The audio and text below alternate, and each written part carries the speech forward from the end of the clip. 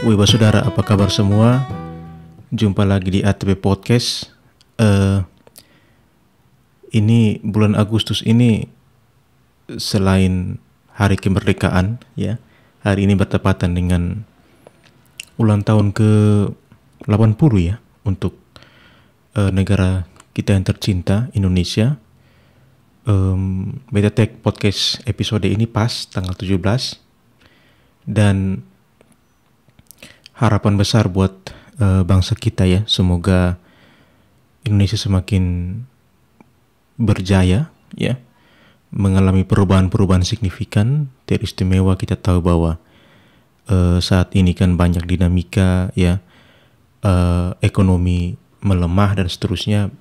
Saya pikir ya, kita sebagai bangsa yang besar, kita harus berani untuk bermimpi menjadi lebih baik ke depannya. Pak Saudara, hari ini juga bertepatan dengan bukan hari ini ya, mulai dari hari Sabtu, Minggu pagi, itu dimulainya Liga Inggris. Jadi ini bulan yang sangat saya nantikan, karena setelah sekian lamanya libur ya, Liga akhirnya dimulai lagi. Pak Saudara, laga kemarin dibuka dengan pertandingan Liverpool ya, yang mana mereka menang 4-2 ya. Dan kebetulan saat ini Beta Tech episode ini sekitar 15 menit menjelang pertandingan pembuka antara Manchester United menjamu Arsenal di Old Trafford ya. Jadi biasanya di ATP Podcast ini saya akan memberikan review MU satu musim ya. Tapi ya, kita tahu bersama bahwa di musim 2024-2025 MU begitu terseok-seok ya saudara ya, sehingga waktu itu saya hanya posting di Instagram statement dari salah satu pandit di Dewan Pandit Indonesia, Bung Harpa ya. Memang statement beliau paling pas bahwa MU itu butuh semacam regenerasi. Dan ya, beta pikir belum terlambat kalau sedikit kita bahas MU di musim lalu itu bagaimana. Meskipun lu sudah tahu juga saudara ya, bahwa bagaimana hancurnya dalam tanda kutip MU di musim lalu. Ya, musim 2024-2025 ya, kita tahu bahwa musim ini dimulai dengan sebuah optimisme ya. Optimisme kenapa? Karena kita berhasil menang FA Cup ya. Menang FA Cup. Jadi waktu, kalau saya tidak salah ingat waktu itu, tagar ETH out, Ten Hag out itu sudah sangat masif ya. Tapi ada yang beredar juga bahwa oke, karena dia menang FA Cup, jadi ya sudahlah, mungkin bisa dipertahankan ya, Ten Hag stay begitu. Dan nyatanya memang bertahan. Tapi semuanya kemudian menjadi mimpi buruk ya, karena di 28 Oktober 2024 Erik ten Hag resmi dipecat ya dari kursi kepelatihan Manchester United setelah kita kalah 1-2 dari West Ham ya. Saya ingat waktu itu golnya Bowen tuh ya. Kenapa dipecatkan? Ini rentetan hasil buruk ya. Di awal musim lalu itu kita hanya menang 3 laga dari 9 pertandingan awal, dan saat itu kita ada di posisi 14. Nah, Mas Saudara, jadi itu nampaknya manajemen juga sudah oke, that's it. Jadi ETH kemudian dipecat, dan waktu itu gonjang-ganjing penggantinya siapa? Kan kita tahu caretakernya si Ruud van Nistelrooy di beberapa pertandingan, dan mungkin langgarannya beberapa hari waktu itu. Kemudian Ruben Amorim ya resmi menjadi pelatih MU, meskipun dia baru debut itu kalau tidak salah di November kalau tidak salah ya. Jadi masuknya Ruben Amorim ini kemudian kembali memberikan optimisme lagi. Oh, kita akan berubah lah begitu ya. Namun kita tahu bahwa Ruben Amorim datang, statement yang sangat saya ingat dari dia adalah disaster is coming, ya. Jadi setelah 3 pertandingan, ya, kita menang 2 kali dan seri 1 kali. Ruben, harusnya kan itu hasil yang positif, ya, tapi justru Ruben Amorim bilang disaster is coming, ya, the storm is coming gitu. Jadi dia bilang bahwa kita akan suffer menderita terus di musim ini, dan itu terbukti, Pak Saudara. Kalau saya rekap, ya, di FA Cup dan Carabao Cup, ya, kita tersingkir di perempat final. Di Carabao Cup itu lawan Tottenham Hotspur 4-3, di mana gol yang sangat membekas di kepala beta adalah golnya Song Hyo-min yang dari corner kick langsung masuk, ya, di gawangnya, dijaga oleh Altay Bayender di laga itu. Kemudian kita juga tersingkir di babak kelima dari FA Cup itu dari Fulham, ya, lewat adu penalti waktu itu. Padahal kita sudah lumayan superior ketika menyingkirkan Arsenal di FA Cup, ya. Saya ingat waktu itu penaltinya Zirkzee, ya, yang kemudian menentukan kita menang lawan Arsenal. Justru ketika lawan Fulham dia gagal penalti. Jadi kita out dari Carabao Cup dan FA Cup. Dan nampaknya memang musim lalu ini Tottenham Hotspur menjadi momok buat kita, ya. Karena di Europa League kita juga kalah di final, ya, lawan Tottenham 1-0, golnya Brandon Johnson, kalau tidak, ya, Brandon Johnson, ya. 1-0 saja di San Mames di Bilbao kita kalah, dan harusnya waktu itu maunya Ruben Amorim musim pertama dapat trofi 1, ya, Europa League, dan membuka ruang buat kita untuk berkompetisi di Eropa. Tapi nyatanya kita pun kalah dari Hotspur, dan ya kita tambah menderita di musim itu, ya. Dan Hotspur kemudian berhasil mengakhiri puasa gelar mereka sejak 2000 berapa tuh, 6, 7, 8, ya. Ya, dan kita tahu bahwa nyatanya di IPL MU finish di posisi 15, ya, di atas Hotspur. Kita main 38 kali, menang 11 kali, seri 9 kali, kalah 18 kali, dan poinnya 42. Iya. Mas Saudara, saya sebagai fans Manchester United mengikuti sekali klub ini dari tiap pertandingan ke tiap pertandingan. Memang seperti ada sesuatu yang hilang dari tim ini, ya. Lu bisa lihat di berbagai macam platform, ya, di Indonesia sekarang sangat berkembang platform pandit, ya, yang bahas-bahas bola. Ada yang memang dia real pandit, kemudian ada yang bahas-bahas politik, nyerempet ke sekarang juga bahas bola, dan seterusnya. Oke, tapi saya sebagai penikmat bola, ya, fans MU, saya lihat bahwa MU itu, kalau saya mau rekap kekurangannya, ya, mungkin ada beberapa. Yang pertama itu cedera pemain, Mas Saudara. Mungkin ada beberapa pemain yang cedera, tapi menurut saya yang paling berdampak pada performa tim itu ada 2, ya. Pertama, tanggal 2 Februari 2025, ya, itu back kita, The Butcher, ya, Lisandro Martinez, itu cedera ACL, Mas Saudara. Kita tahu cedera ACL itu butuh waktu yang lama, dan sampai saat ini pun dia belum sembuh, ya, masih tahap pemulihan. Kemudian juga ada Leny Yoro cedera juga, ya, di musim kemarin itu. Dan ada juga ini di April 2025, ya, 13 April itu salah satu ujung tombak kita, ya, Joshua Zirkzee itu juga cedera hamstring, dan absen sampai Mei 2025. Jadi kalau Zirkzee sudah cedera, ya, pilihan di depan itu terbatas, Bapak Saudara. Paling hanya Højlund. Dan kemudian ada si Chido Obi yang kemudian dari tim kedua kemudian dipromosikan ke tim pertama, dan beberapa pertandingan dia main, ya, sebagai subs dari si Højlund. Tapi harus saya akui bahwa ketiadaannya Martinez dan Zirkzee ini ya di paruh musim kemarin itu berdampak sekali saudara, dan MU tambah menderita lagi. Apalagi yang kemudian menjadi kekurangan? Yang kedua mungkin adaptasi formasi saudara.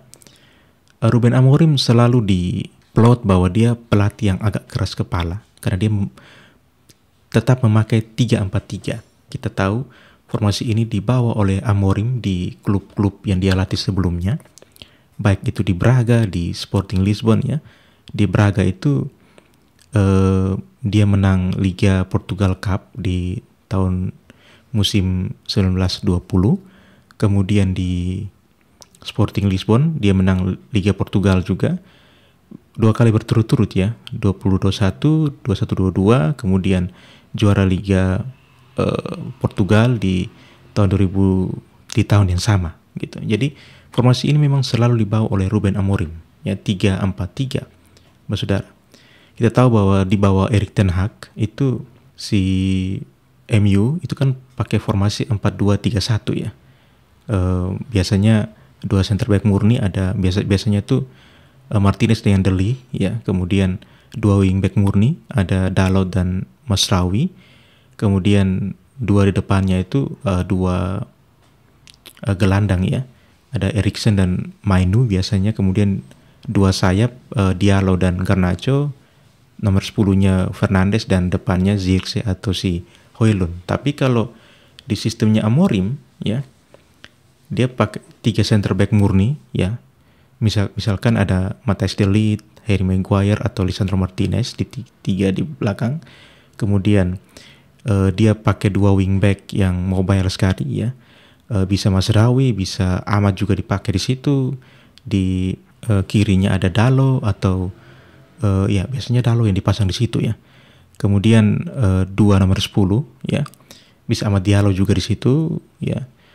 Zirkzee atau Rashford waktu Rashford belum dipinjamkan, dan depan itu Højlund. Memang depan ini yang pilihannya terbatas. Atau juga bisa Bruno Fernandes ya, main kadang gelandang kadang nomor 10. Nah, memang saya ini bukan ahli taktik sepak bola saudara, tapi yang saya lihat memang nomor taktiknya Amorim yang 3-4-3 tuh memang itu menguras fisik karena sangat mobile ya. Mereka menyerang dengan banyak pemain dan bertahan dengan 5 back karena wing backnya turun. Jadi memang pemain ini harus adaptasi, dan adaptasi ini yang kemudian membutuhkan waktu. Nah, bahkan di berbagai interviewnya Ruben Amorim, wartawan tuh sampai tanya, kenapa lu tidak ganti formasi lu begitu, menyesuaikan dengan pemain. Tapi dia bilang itu filosofi yang dia bawa. Dan tapi sebenarnya begini saudara, kalau yang saya lihat dari pertandingan memang di atas kertasnya 3-4-3, tapi kalau implementasinya di lapangan memang kadang bisa 4-2-3-1, jadi kadang berubah itu formasi itu ya. Ada juga yang bilang ada yang 2-2 ya, dan seterusnya. Jadi memang ini sangat fluid, dan pemain MU kita tahu harus butuh waktu untuk adaptasi. Itu yang memang agak sulit, dan itu kekurangan yang kedua saudara ya. Jadi yang pertama tadi saya sudah bilang cedera pemain penting, yang kedua adaptasi formasi, dan yang ketiga ini yang kemudian banyak dulu saya anggap ini sebagai suatu mitos. Ini saya jujur saudara, sebagai seorang fans MU, dulu saya anggap ini mitos, tapi ternyata ini sebuah kenyataan saudara. Apa itu? Adalah pemain toksik.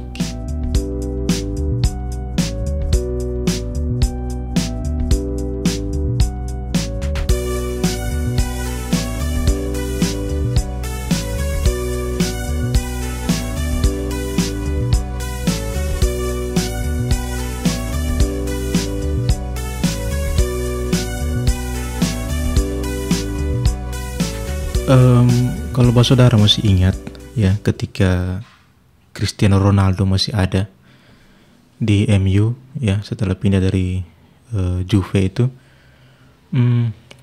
isu-isu soal pemain toksik ini mulai ada.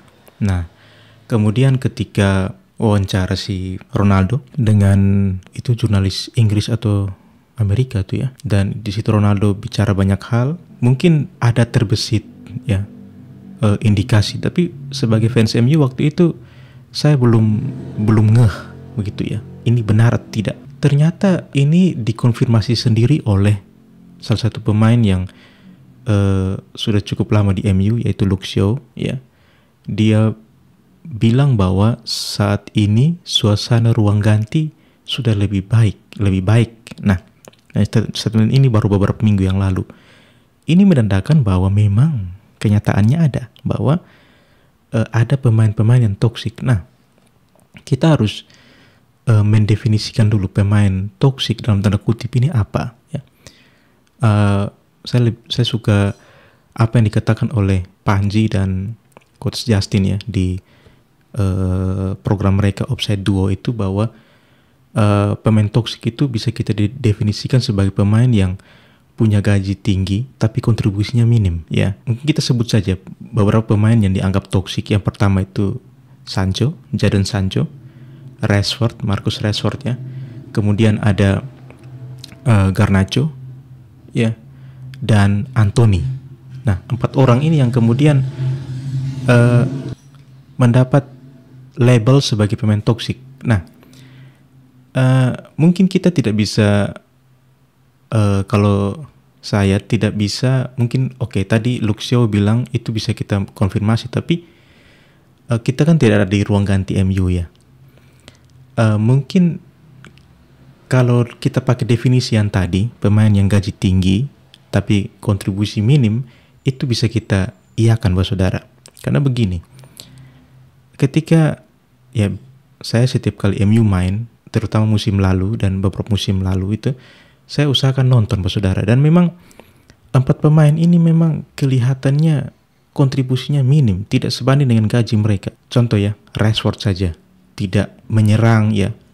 Kita tahu Rashford biasa dipasang di sisi kiri ya, winger atau sebagai nomor 10. Di situ dia cenderung untuk memang dia skillnya ada, tapi gocek tendang hilang, tidak membangun koneksi dengan pemain lain. Kemudian kadang juga ketika tim sedang dibutuhkan untuk bertahan, dia tidak bertahan. Nah itu Marcus Rashford itu. Kalau Anthony masih bertahan Bapak Saudara ya, masih bertahan. Sancho apalagi. Nah ini, jadi saya bisa lihat di lapangan itu hal ini bisa kita benarkan Bapak Saudara. Dan ternyata memang ini benar adanya. Nah, sehingga Bapak Saudara, mungkin si Erik ten Hag ketika dia masih melatih di 9 pertandingan awal itu, di awal musim, mungkin dia sudah rasa bahwa nampaknya pemain-pemain ini harus disingkirkan dalam tanda kutip ya. Makanya waktu itu Sancho kemudian di loan ya, dipinjamkan ke Chelsea, dan Anthony kemudian di loan ke Real Betis ya di awal musim. Kemudian Marcus Rashford ya, kemudian itu di loan ke Aston Villa di tengah musim ya, di bulan Januari itu 2025. Nah, Bapak Saudara, kalau yang satunya Garnacho itu tetap dipertahankan baik oleh ETH di awal, dan ketika si Amorim datang pun Garnacho masih menjadi pilihan utama. Pertanyaannya, kenapa Garnacho menjadi pilihan utama? Menurut saya, karena memang tidak ada pilihan lain Bapak Saudara. Winger kiri, pemain nomor 10 di sebelah kiri, MU tidak punya pilihan lain ya. Entah, kadang kan dia main di kanan juga. Biasanya kalau dia di kanan, si Fernandes yang main di kiri. Dan memang pilihan pemain terbatas, apalagi yang tadi saya sudah bilang di awal, Zirkzee cedera ya di paruh musim kedua itu.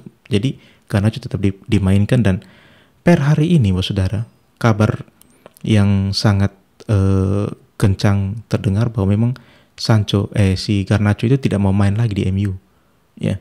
Dia bahkan sudah keluarkan statement bahwa kalau tidak jual dia ya dia terus main saja ya. Pemain yang menurut saya kurang profesional ya. Ini saya ingat dulu tahun 2000-an, 2000 berapa tuh ya, ada pemain namanya William Gallas. Gallas tuh kan dulu main di Chelsea, tapi dia minta dijual dan Chelsea kayak tahan-tahan dia begitu. Dia bilang kalau tidak jual saya bahwa saya akan kasih gol, buat gol bunuh diri. Dulu masih ada berita-berita di koran tuh ya.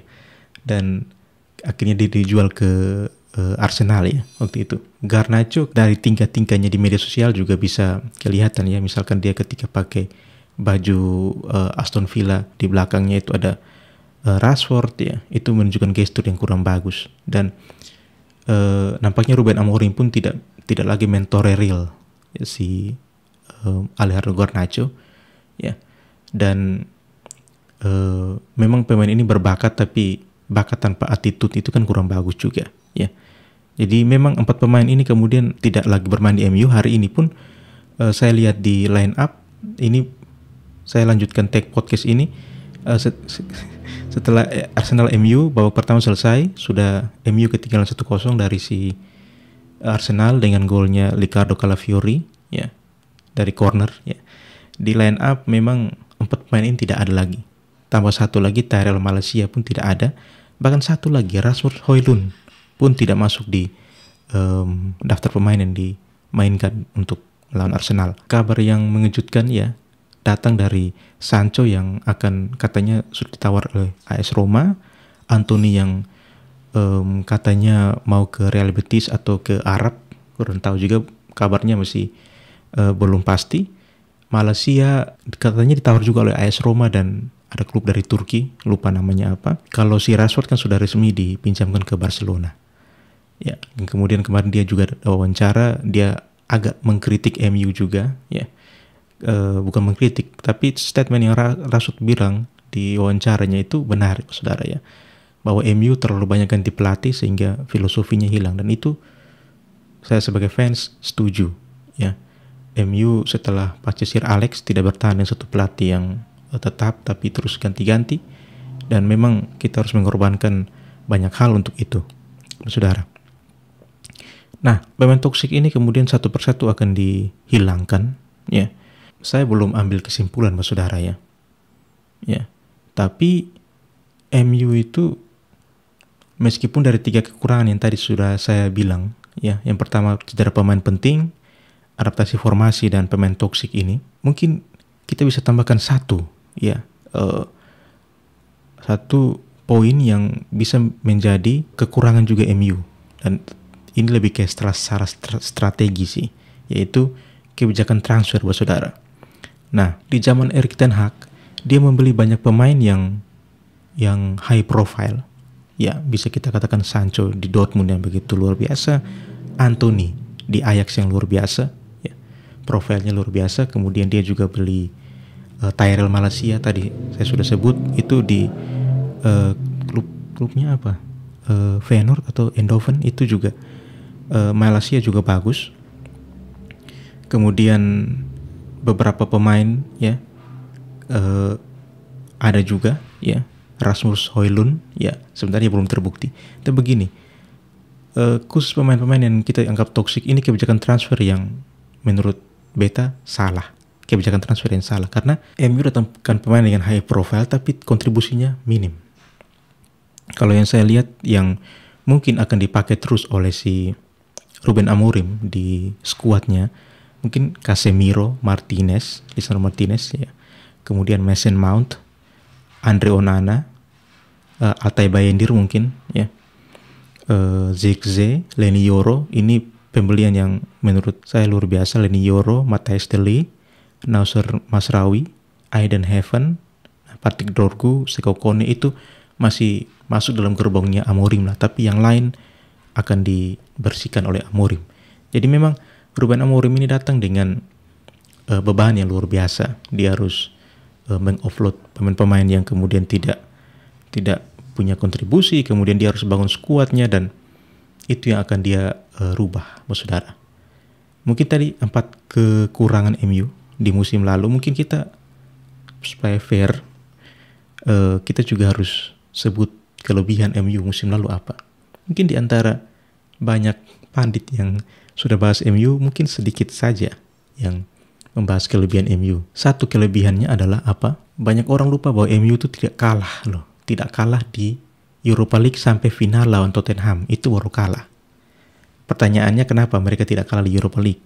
Menurut saya, Itu karena tekanannya beda tuh Kak, antara Europa League dengan IPL. Ya, jadi mereka lebih fight di situ. Bahkan pertandingan yang lawan Olympique Lyon itu, ya, yang golnya Harry Maguire, ya, dan juga si Kobbie Mainoo, itu luar biasa. Itu pertandingan luar biasa, Bapak Saudara. Dan itu yang MU yang kita tunggu-tunggu, Bapak Saudara. Ya, artinya begini, di tengah masa yang sulit pun MU masih bisa sampai di final Europa League. Menurut saya sebagai fans itu luar biasa, Bapak Saudara. Itu luar biasa. Kalau kita mau sebut kelebihannya itu, ya yang pertama. Yang kedua ini mungkin kita bisa anggap kelebihan ataupun apa ya, suatu berkah lah menurut saya ya. MU itu di antara pemain yang toksik tadi, ternyata masih ada beberapa pemain yang kemudian memberi diri tuh Kak, untuk bisa membangun tim ini. Dan saya tidak mau sebut semuanya, saya hanya sebut satu saja, yaitu Bruno Fernandes. Ya, mengejutkan sekali Bapak Saudara. Bahkan banyak pandit yang sudah bilang bahwa Bruno kayaknya akan keluar, karena memang secara kebutuhan Bruno itu sebenarnya tidak masuk dalam skemanya Amorim, Bapak Saudara, dengan 3-4-3. Bruno tuh kalau lu masih ingat zamannya Ole, itu dia sangat luar biasa karena dia dibikin free roll ya. Itu zaman-zaman Covid MU itu luar biasa di awal-awal ya. Tapi ketika Amorim datang, Amorim pakai 2 nomor 10, Bruno tuh mau taruh di mana? Mau taruh di salah satu nomor 10, masih ada pemain yang lain. Kalau mau taruh di dia di pemain tengah pun, ya dia untuk bertahan kurang susah. Ya, agak susah. Jadi memang Bruno ini kalau dipikir-pikir tidak masuk dalam skema Amorim. Tapi begini, Saudara. Jadi berdasarkan itu banyak yang prediksi bahwa memang kayaknya Bruno akan dijual atau akan keluar dari MU. Dan tawaran menggiurkan datang dari Arab tuh, dari Al Nassr kalau tidak salah. Nah, waktu itu kemudian ya beta sebagai fans waktu itu sudah pasrah lah. Tapi ternyata apa? Bruno tolak. Ya itu yang alasannya itu karena menurut dia akan tetap di MU selama MU masih butuh dia. Dan menurut dia ada mimpi yang belum dia wujudkan bersama MU. Nah, ini beta bisa anggap sebagai sebuah berkah lah. Ya, ketika banyak pemain yang datang hanya untuk gaji yang besar, kontribusi minim, tapi seorang kapten kita ya Bruno Fernandes itu bisa memberikan harapan. Jadi menurut beta ini menjadi suatu percikan ya, supaya pemain lain pun tertular.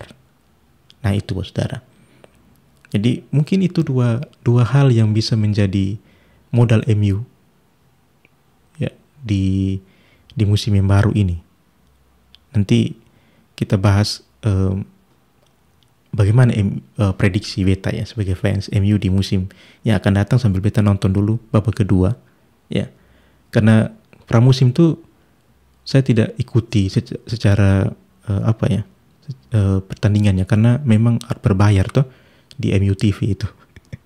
Jadi saya tidak ikuti. Jadi saya nonton babak kedua dulu, nanti baru saya review sekalian harapan saya untuk MU di musim yang ini.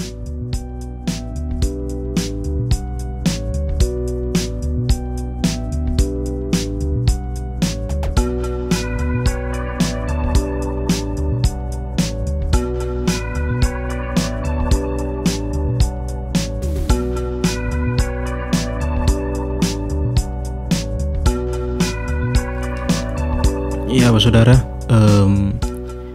pertandingan barusan berakhir antara MU lawan Arsenal dan skor tidak berubah, tetap 0-1 untuk Arsenal, dan MU harus kalah di pertandingan pembuka IPL ya di musim ini 2025-2026. Golnya dari Calafiori ya di menit 13 dari sepak pojok. Apa yang mau saya bagikan ke Saudara, lanjut yang pembahasan tadi ya. Memang tadi saya sudah bilang bahwa hanya ada 2 keunggulan dari MU ya di musim lalu. Tapi setelah Ruben Amorim mengoffload ya, mengeluarkan beberapa pemain yang toksik dan kontribusinya sedikit itu, kemudian dia membeli beberapa pemain ya musim ini. ada Brian Mbumo ya, yang dari Brentford. Kemudian ada Matheus Cunha ya dari Wolverhampton, dan terakhir itu ada Benjamin Sesko ya, striker dari RB Leipzig. Kemudian ada juga satu pemain muda tapi dibeli kemudian langsung di loan ya. Kemudian ada Diego Leon. Diego Leon ini sudah dibeli musim lalu tapi baru datang musim ini. Begini bos saudara, kalau beta ulang bahwa beta belum lihat MU main di pramusim ya, dan beta tidak mau menilai terlalu cepat ya, sehingga saya nonton pertandingan lawan Arsenal hari ini, saya mau lihat perubahan apa yang terjadi ya. Mari kita review pertandingan lawan Arsenal tadi. Buat saya sebagai fans MU, meskipun kalah tapi sangat senang dengan performa tim hari ini. Tidak bisa kita pungkiri bahwa MU musim lalu ya, itu selalu kesulitan cetak gol.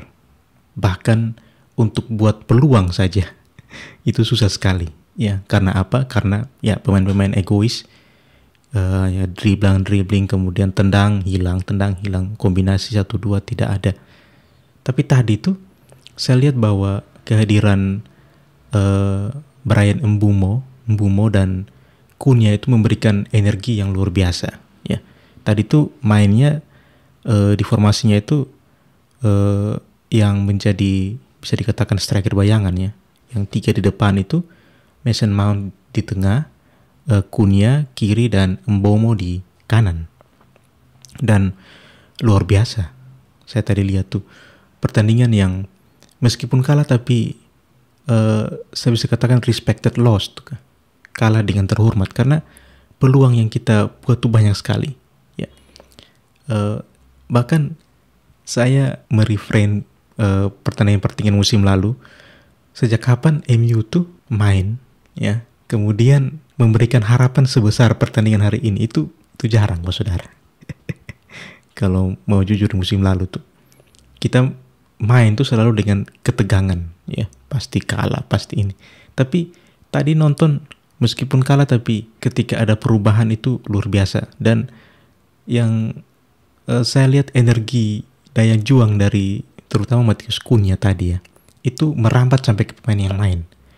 Itu ada, saya harus angkat topi untuk lini belakang. Tadi tuh ada Leny Yoro, ada Matthijs de Ligt dan Luke Shaw. Itu 3 pemain di belakang itu luar biasa. Di luar gol yang tadi yang lewat corner kick, itu mereka tampil luar biasa ya, terutama de Ligt dan ya saya tidak mau pisah-pisahkan, mereka bertiga luar biasa ya. Dan Bruno pun kemudian memainkan peran yang dia lebih ke tengah dan dia memberikan peran yang luar biasa. Patrick Dorgu juga main luar biasa. Tadi Dalot juga luar biasa tapi diganti oleh Ahmad di menit ke 50-an ya. Dan juga Mason Mount ya, itu luar biasa juga tadi mainnya. Mason Mount ditarik keluar di menit 55 kalau tidak salah, kemudian digantikan dengan Benjamin Sesko. Perubahan sudah ada bos saudara. Dan kalau kita mau lihat lini yang perlu dipoles lagi, itu adalah lini tengah, yaitu khususnya posisi jangkar. Memang rumornya kita incar Carlos Baleba ya dari Brighton and Hove Albion dari Brighton, tapi mereka patok harga tinggi 100 juta ya, 1 juta pounds, dan Brighton pun sudah bilang bahwa mereka tidak akan jual Baleba di musim ini, mungkin musim yang akan datang. Dan kayaknya MU kemudian katanya lagi lihat Adam Wharton dari Crystal Palace ataupun saya tidak tahu siapa lagi selain Adam Wharton dari itu gelandangnya Sporting Lisbon, tapi belum ada berita yang resmi ya, belum ada incarannya resmi. Tapi mungkin setelah pertandingan ini mungkin Amorim akan mungkin menekankan itu. Kalau jangkar baru datang untuk sebagai Ugarte, biar sebagai pelapis saja, dia yang utama lah. Kemudian pelapisnya Bruno mungkin ada Mainu ya. Saya yakin MU akan berbicara banyak di musim ini ya. Posisi kiper nampaknya kita harus bergumul lebih banyak ya, karena tadi Andre Onana cedera jadi dia tidak masuk line up ya. Yang V tadi Altay Bayindir, di luar gol yang sebenarnya debatable ya, meskipun tidak dicek VAR, Bayindir tidak bisa menipis bola ya. Itu saya lihat tadi Saliba agak kayak dorong dia begitu. Memang kalau kita bicara Arsenal kan salah satu senjata mematikan mereka dari corner kick sih. Kita sudah kebobolan berapa kali tuh dari cornernya Arsenal. Tapi saya tidak mau bahas itu lebih panjang lebar. Tapi secara pribadi saya senang sekali dengan kekalahan ini. Apa yang kemudian bisa kita ambil ya? Saya pikir untuk menjadi juara ini, saya yang terlalu optimis tapi kita bisa juara. Saya tidak tahu. Ada satu instingnya dari pertandingan hari ini bahwa Amorim sudah menemukan pemain-pemain terbaik di setiap lininya. Pertanyaannya kenapa dia tidak pasang Sesko dari menit pertama? Kemungkinan karena Sesko belum fit dan dia kan tidak ikut pramusim ya. Jadi ditaruh mesin Mount di situ. Tadi saya lihat si Kunia kadang di tengah, kadang dia geser si Mbumo yang di tengah, kadang Mount di tengah dan seterusnya. Tapi tidak masalah. Saya lihat bahwa kita bisa bicara banyak di Premier League musim ini, bisa kita juara. Optimis ya, saya optimis. Karena apa? Karena ada beberapa momen tadi lawan Arsenal yang saya lihat, wah ini kayaknya bagus nih. Tapi jika harus masuk zona Eropa, saya pikir pasti kita masuk zona Eropa dan pasti kita 6 besar. Dan saya 6 besar itu saya kasih kalau presentasi kita sekitar 70% kita 6 besar dan kita juara 30%. Bukan saya mengada-ada ya, tapi optimis itu penting, Pak Saudara. Dan ya kalau kita mau bilang MU tidak banyak laga ya. Kita tidak main di Europa League, mungkin kita hanya main Liga Inggris, Carabao Cup sama FA Cup. Sudah, tidak ada kompetisi lain yang kita mainkan. Jadi Amorim benar-benar bisa menata timnya dan berbicara banyak di Premier League musim ini. Ya, mungkin saya ini ya sedikit kasih formasi terbaik. Ya, ini formasi yang menurut saya bisa menjadi ya, kalau saya tuh selalu ingat formasinya Prancis ya. Timnas Prancis di Piala Dunia 2006, ataupun mungkin kalau terlalu jauh mungkin saya ingat saja MU di 2009 ya. Kipernya Van der Sar, Evra di wingback kiri, kemudian Gary Neville wingback kanan, tengahnya Vidi Ferdinand, back tengah ya. Kemudian di depannya gelandang ada Carrick sama Scholes. Di sayap kiri ada Giggs, sayap kanan ada Cristiano Ronaldo, depannya ada Rooney sama dulu itu ada Tevez ya. Kemudian di cadangan itu ada Anderson, ada Fletcher, ada Luis Saha, siapa lagi? Alan Smith masih ada, atau saya sudah lupa. Kemudian backnya itu ada Wes Brown ya, dan lain-lain. Pak ya, secara kedalaman squad bagus dan squad utamanya pun bagus. Kalau kita berkaca pada Prancis 2006, kiper Barthez ya. Depan tuh ada Thuram dan Gallas. Sayap kiri itu siapa ya? Abidal ya. Sayap kanannya si Willy Sagnol. Depannya ada Vieira sama Makalele. Sayap kirinya itu Ribéry, kanan Maloda. Depannya itu Zidane, nomor 10-nya Zidane dan depannya Henry. Cadangannya ada Trezeguet ya, ada Wiltord, Sidney Govou ya. Kemudian ada, saya lupa beberapa pemain ya. Tapi begini, skuad utama itu penting sekali ya. Skuad yang kemudian bisa menjadi andalan ya. Dan Amorim saya pikir harus temukan itu. Dan di pertandingan lawan Arsenal malam ini saya sudah lihat beberapa pemain yang kemudian bisa menempati posisi itu. Saya mulai dari kiper ya. Kiper mau tidak mau, suka tidak suka kita harus taruh Andre Onana ya. Tidak tahu dalam beberapa hari ini kalau sebelum bursa transfer tutup kita datangkan Lemens atau apa itu dari mana klubnya saya lupa, atau kita datangkan kiper baru, tapi per hari ini nampaknya Andre Onana masih menjadi kiper utama kita menurut saya ya. Andre Onana, depan 3 back itu harus ya Dele pasti, kemudian Yoro, dan satu ini yang saya bingung antara Eden Heaven atau Luxio.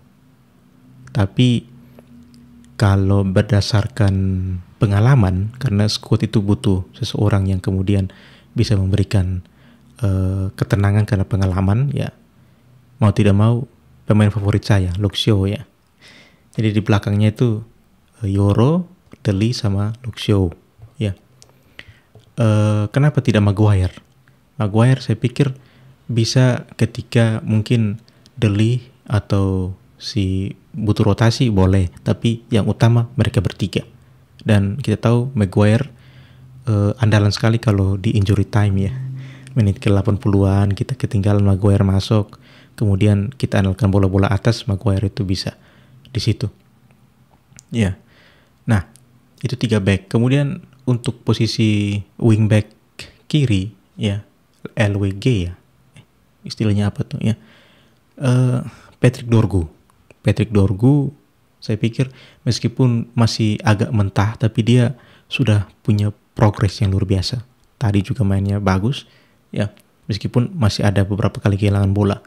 Kanannya saya pikir perlu untuk taruh di situ Ahmad, bukan Dalo pelapis saja. Karena saya lihat tadi beberapa kali ada momen di mana Dalo itu tidak bisa sinkron dengan Mbeumo di depan. Ya.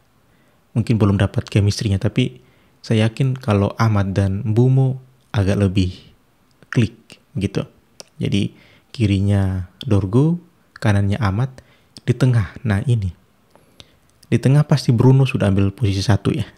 Bruno dan Jangkar ini yang kemudian menjadi PR kita ya. Antara saya ingat dulu itu kan kita punya Michael Carrick ya. Itu luar biasa. Dan cadangannya Fletcher. Kadang mereka juga main bersama. Dan itu menurut saya luar biasa.